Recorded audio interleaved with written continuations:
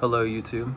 So just a few weeks ago, another study was put out on what actually builds muscle. There's like a lot of variables that people have theorized for a long time that builds muscle. Like, does muscle damage build muscle? Like the idea that, oh, you get really sore after your workout, like working a muscle really hard and experiencing the soreness, that builds it.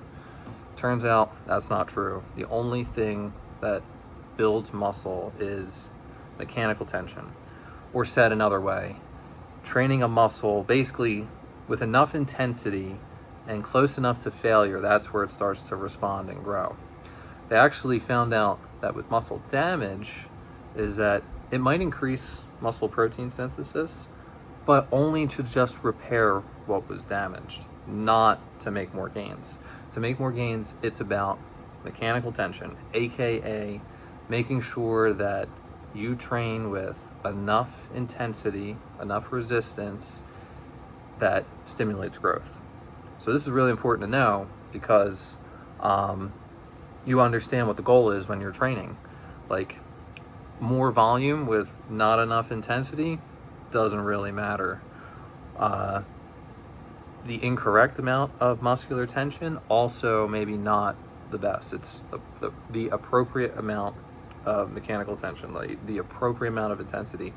Some people think metabolic stress would lead to better muscular gains. Like basically, you're tired, you're panting, you're getting pumped when you're doing your workout. Nope, doesn't mean shit. Actually, it could mean the opposite. That if you are in a state where your cardiovascular system is competing with your muscles to get the optimal amount of mechanical tension, you might now get less mechanical tension. Easier way to, I think, maybe say that is, don't train so damn hard with such short rest times that your strength is greatly affected, because now you're going to reduce your mechanical tension, you're going to reduce the intensity, and we know, intensity is the only thing that really matters for building muscle. So what can you do if you're designing your workouts in order to make gains?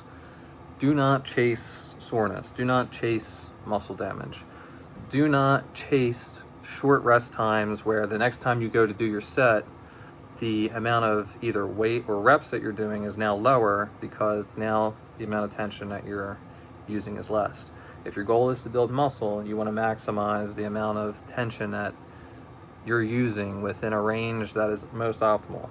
So the other research on this has really shown being in a couple reps within failure is kind of like that sweet zone where you're able to make gains. So for example, if you're doing bicep curls and 10 is the most you can do of a particular weight, it might be good to stop around reps 7, 8, and 9, progressively overloading, and then once you're at the 10, maybe you can go up in weight and restart that, if that makes any sense. So you're curling 30s for 10, and 10 is where you now start failing. Now it might make sense to move to 35s and start at 7, 8, 9 reps until you get back to 10, and then you can go up and weight again.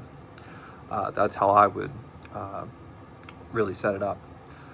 So pretty cool to know, pretty interesting, but for someone designing a program and you now know what to do. You don't need to split up all these other things and have these other variables come in if your goal is to maximize muscle mass.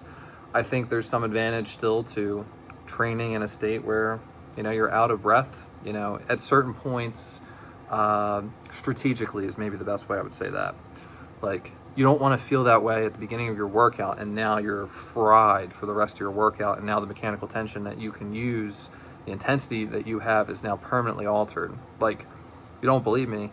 Start your workout with a set of 20 of split squats to failure, then go and try and do the rest of your workout. All your numbers will be worse, but you could get maximum amount of muscular tension through your workout, and then you have that last, then it would work. So if I'm setting out a workout program, whatever you want to grow most would be at the start, and it would be making sure I maximize intensity over any other variable. If you do a set of 6 on bench and you're tired, you're gonna wait 4 minutes before you do that next set.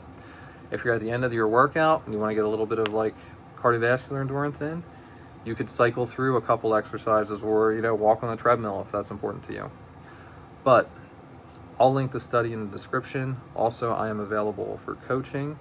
If you are someone who is not happy with where you're at and you feel like you need some help and advice, get me for a month. I will help you. And if you're happy with where you're at and you just want some awesome protein powder, I have a link for my favorite protein powder at a discount. Bye for now.